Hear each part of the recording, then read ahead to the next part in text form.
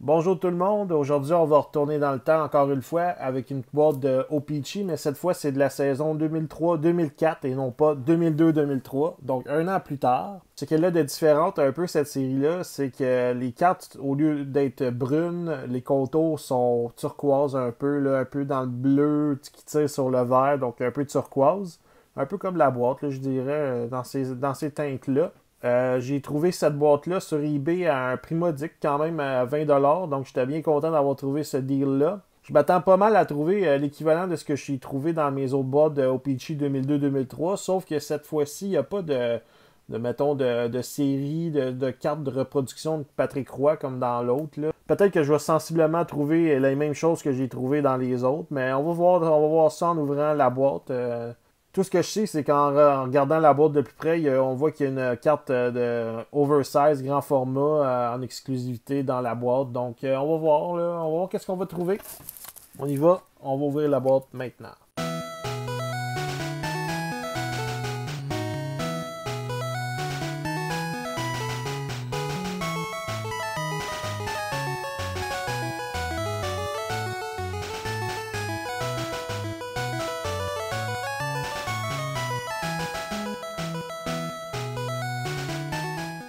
La boîte est vide et j'ai trouvé la carte de grand format. C'est une carte de Saku Koivu. Ça s'ajoute à ma collection de cartes oversize, surdimensionnées. Donc, Saku Koivu ici avec le Canadien.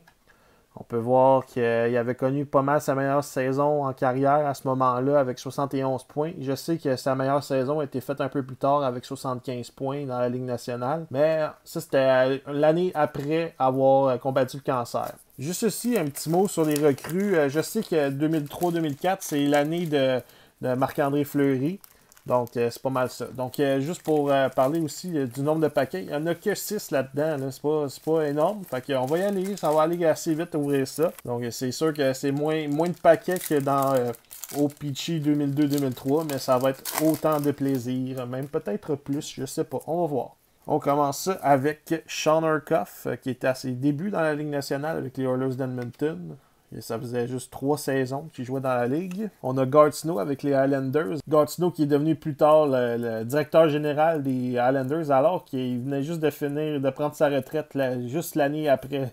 Le propriétaire Charles Wang aimait beaucoup Gart Snow. Donc là, on le voit ici avec les Highlanders. À côté, on peut voir que c'est Adrien Aucoin, le défenseur qui a joué longtemps dans la Ligue nationale.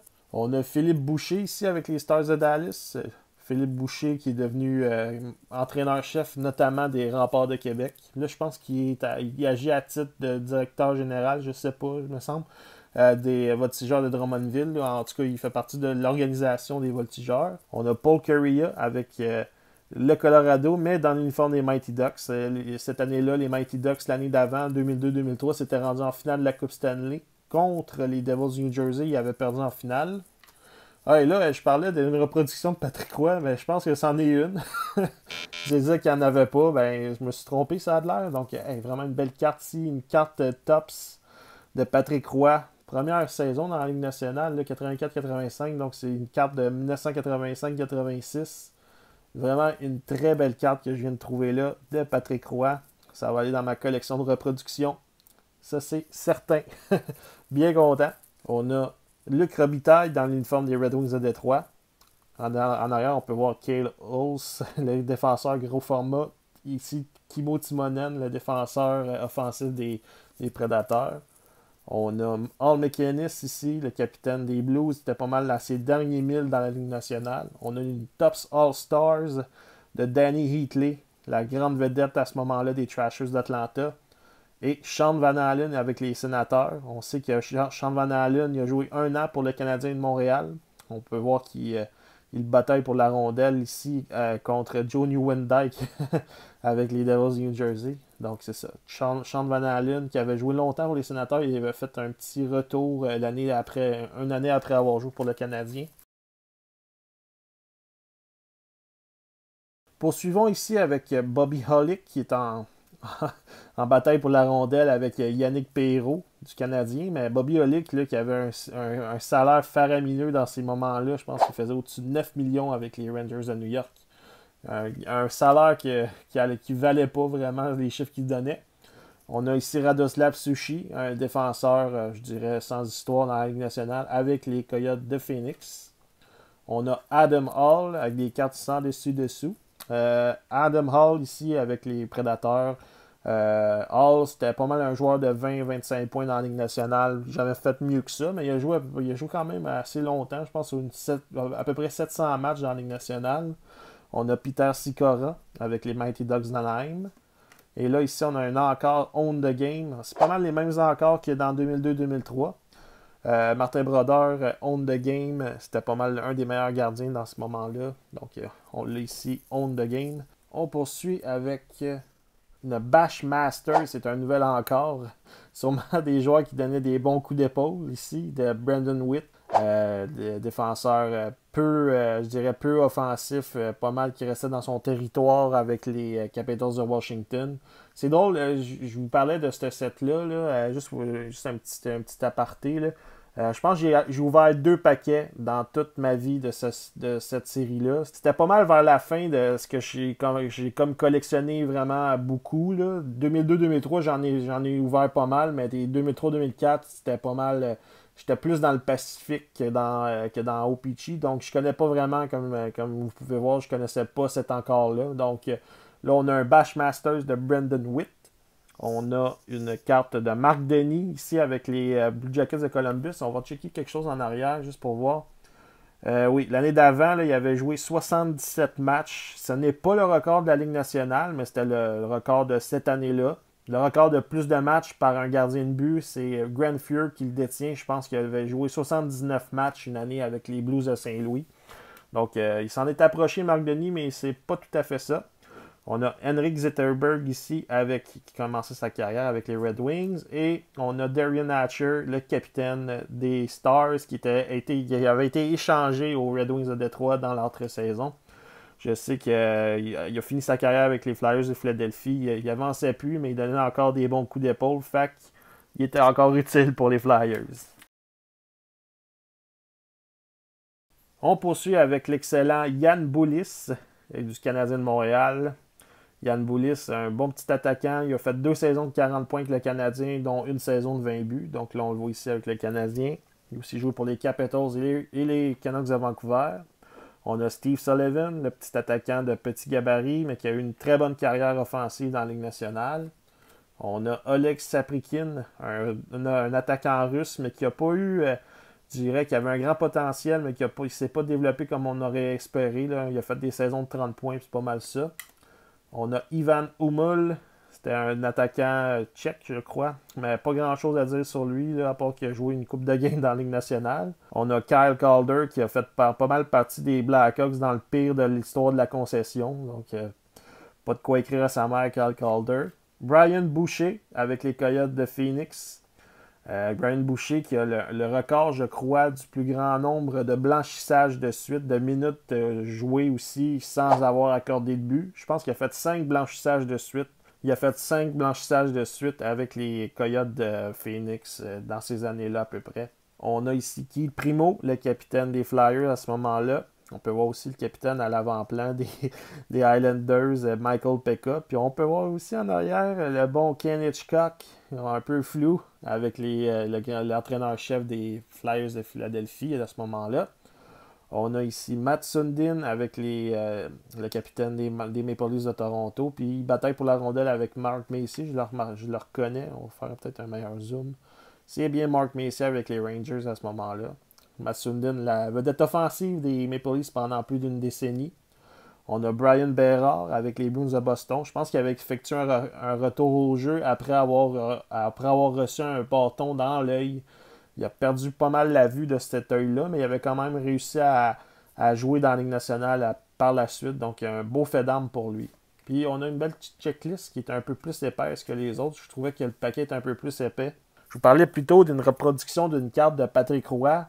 Mais je pense plutôt que ça fait partie de la série des Lost Rookie Cards, comme on peut voir ici. Là, ici, il y a Patrick Roy, LRC-PR. On va regarder derrière la carte. Et oui, ça fit avec ça. Donc, c'est une carte recrue perdue, comme on pourrait dire, si je traduis littéralement de l'anglais. Donc, c'est une carte recrue perdue et non pas une reproduction d'une carte recrue. Donc, c'est quand même intéressant de comprendre un peu ce que j'ai trouvé. Donc, on va poursuivre avec le prochain paquet. On y va avec Martin Biron, avec le bel uniforme des Sabres de Buffalo que je vante à chaque fois que je vois. On a Sergei Gonchar, le défenseur offensif des Capitals de Washington. On a Steve Konowalchuk, qui était momentanément le capitaine des Capitals. Il n'a pas été longtemps le capitaine. Puis il a fini sa carrière avec l'Avalanche du Colorado. Donc, Steve Konowalchuk. On a Mike Dunham ici avec les Rangers.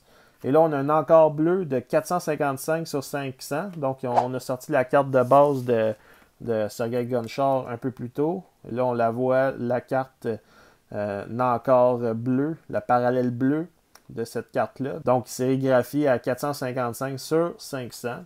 C'est bien le fun de trouver des petits encarts de même. J'aime bien ça à chaque fois. On poursuit avec Dimitri Bykov. Pas grand-chose à dire sur lui. On a Christian Ozelius avec les Panthers de la Floride. Andreas Johansson avec les Predators de Nashville. Pas mal ses meilleures saisons sont de 37 points dans la Ligue nationale. On a Todd Bertuzzi et en arrière, on peut apercevoir, si le focus veut bien se faire, on peut apercevoir l'excellent Éric Desjardins, numéro 37 des Flyers. On poursuit ça avec Sami Kapanen, le père de Kasperi qui joue présentement pour les Penguins de Pittsburgh. On a Saku Koivu, la grosse carte surdimensionnée que j'ai trouvée, là voilà en petit exemplaire. On a Todd Marchant avec les Oilers d'Edmonton, qui avait été échangé, il avait signé comme agent libre avec les Blue Jackets de Columbus. Il a connu ses meilleures saisons dans l'uniforme des Oilers l'année d'avant avec 60 points. C'est pas mal sa meilleure saison dans la Ligue nationale. On a Chris Pronger, le défenseur du Temple de la Renommée maintenant. Là, on le voit ici avec les Blues de Saint-Louis. Il a gagné notamment un trophée Hart avec les Blues. On a Georges Larac, Big George, qui aimait beaucoup se battre, mais qui était quand même un très bon joueur de hockey tout de même. Georges Larac ici avec les Oilers dans l'uniforme que j'aime pas trop des Oilers d'Edmonton. On a Espen Konutin, un des premiers et meilleurs joueurs de l'histoire d'origine norvégienne à avoir joué dans la Ligue nationale. On sait que Matt Zuccarello est pas mal le meilleur de l'histoire. Lui, c'est pas mal peut-être le deuxième de la liste, parce que sinon, on tombe à Andreas Martinsen, puis c'est pas trop bon. On a ici une Top All-Star Rookie de Dennis Seidenberg. Seidenberg qui avait joué, je pense, une saison à ce moment-là dans la Ligue nationale, mais c'était un défenseur qui a roulé sa bosse assez longtemps. Je pense qu'il a dû prendre sa retraite il y a 2 ou 3 ans. C'était un défenseur d'origine allemande qui a gagné une coupe cette année avec les Bruins de Boston. C'était le partenaire à la défense de Zdeno Chara pendant des années avec Boston. Donc là, on le voit ici avec les Flyers. On a Danny Hitley. J'en ai déjà parlé un peu plus tôt, la grande vedette des Trashers à ce moment-là. Et on a Jocelyn Thibault, le gardien de but, l'ancien gardien de but du Canadien de Montréal, numéro 41, avec les Blackhawks de Chicago, qui avait été changé dans un échange qui a envoyé Jeff Hackett à Montréal. Puis aussi, il a fait partie de l'échange qui a envoyé Patrick Roy au Colorado, puis qui a envoyé Jocelyn Thibault au Canadien de Montréal, bien entendu. Et le dernier paquet, on va l'amorcer avec Eric Cole, avec les Hurricanes de la Caroline, qui était après ses premiers pas dans la Ligue nationale, je dirais. Il a fini sa carrière avec, il me semble, les Stars de Dallas, puis il a fait un court séjour avec le Canadien de Montréal. Sinon, c'est pas mal ça sur lui. On a Mike Rathje, un joueur défensif, un défenseur assez défensif, qui a été choisi quand même assez haut dans son repêchage. Il me semble que c'était en 94, si je ne m'abuse, 95. En tout cas, c'était dans le top 10 qui a été choisi par les Sharks de San Jose. Si c'est pas dans le top 10, c'est dans le top 20. On a Doug Weight ici, le joueur de centre des Blues de Saint-Louis, qui a eu ses meilleures saisons avec les Oilers d'Edmonton. On a Mike Modano avec les Stars de Dallas. On a Martin Navlat, là, qui était pas mal dans son jeune temps avec les Sénateurs d'Ottawa, un joueur très prometteur, on pourrait dire. Et là, on a une Season Highlights de Martin Brodeur. Je sais pas c'est quoi le highlights tant que ça. Faudrait que je lise en arrière, mais ça me tente pas parce que je suis paresseux. Mais là, on le voit bien content avec une rondelle, la rondelle du match, si on peut dire, Martin Brodeur. On a son coéquipier Harry Ahonen. pas fait long feu, lui, dans la Ligue nationale. Il a sûrement dû être juste le substitut, une coupe de game de Martin Brodeur. Sinon, pas grand-chose à écrire à sa mère. On a Bruno Saint-Jacques, un autre défenseur qui n'a pas eu une grande carrière tant que ça dans la Ligue nationale. Je sais qu'il a joué pour les Hurricanes, puis il me semble qu'il a joué un court passage avec les Oilers d'Edmonton. Sinon, c'est pas mal ça pour Bruno Saint-Jacques. Et la dernière carte, et non le moindre, une NHL Prospect de Chris Vernaski. Écoute, je suis désolé, mais je ne le connais pas vraiment. Donc, Chris Vernaski, on le salue. Je ne sais pas où est-ce qu'il est rendu maintenant, mais c'est pas mal ça qui est ça pour Chris Vernaski. Donc, c'est ce qui met fin à cette ouverture. On va repasser en revue les faits saillants, disons. On va commencer par la carte surdimensionnée de Saku Koivu. Ça, c'est pas mal une des belles cartes qu'on a trouvées aujourd'hui. Peut-être un peu magané en haut, mais c'est pas grave. Ça va s'ajouter à ma collection quand même. Elle commence à être quand même assez bonne de cartes surdimensionnées. On a l'encart bleu de Sergei Gonchar ici, avec le parallèle bleu de Sergei Gonchar avec les Capitals de Washington. On a la carte On the Game de Martin Brodeur. Bien content d'avoir trouvé ça. Les ondes de game, je pense qu'il devait en avoir comme dans 2002-2003. Il devait en avoir à peu près une par boîte. On a ici le Bash Masters. Bash Masters, c'est assez drôle comme nom d'encore de Brendan Witt, un joueur qui aimait donner des bons coups d'épaule. Il does the dirty work, comme on dit en arrière. Il fait la job sale. En arrière de la carte, c'est écrit. Puis le clou du spectacle. C'est pas mal cette carte-là, la reproduction d'une carte recrue, une Lost. Ils disent, je pense que ça s'appelle de même, la Lost Rookie Card de Patrick Roy avec le Canadien de Montréal. Vraiment content d'avoir trouvé celle-là. C'est pas mal, je dirais, le clou du spectacle aujourd'hui d'avoir trouvé ça. Là, c'est pas mal ça qui est ça pour la vidéo, mais je voulais vous parler d'un petit sujet. Là, je vais l'emmener ici. J'ai acheté cette carte-là. En fait, je ne l'ai pas acheté. Je l'ai échangée contre la Kirill Kaprizov que j'ai trouvée dans la dernière vidéo. Moi, ça ne me tentait pas vraiment d'avoir Kaprizov dans ma collection. Je ne suis pas un grand fan d'un joueur russe. Je préfère avoir un joueur québécois qui a vraiment de l'avenir, disons, dans la Ligue nationale. Donc, j'ai fait cet échange-là. Je suis bien content. Alexis Lafrenière, le premier show au total. On va encourager un petit Québécois. Je ne l'avais pas trouvé dans la série 1 de 2020-2021, donc c'est pas mal ça. Je l'ai mis, j'ai fait un petit concept, là, Brady Ketchuk, puis Tim Studula, puis Capo Caco, puis Alexis Lafrenière dans mon arrière-plan de vidéo. Donc c'est pas mal ça qui est ça pour cette vidéo-ci. C'est une petite boîte que j'avais bien le goût d'ouvrir. Ça fait changement un peu de ce que j'ouvre d'habitude. Puis je vous dis à la prochaine, puis merci d'avoir été là. Puis faites attention à vous et n'oubliez pas de vous abonner si ce n'est pas déjà fait et de liker la vidéo pour m'encourager. J'apprécie ça à chaque fois. Donc merci d'avoir été là et à la prochaine. Bye!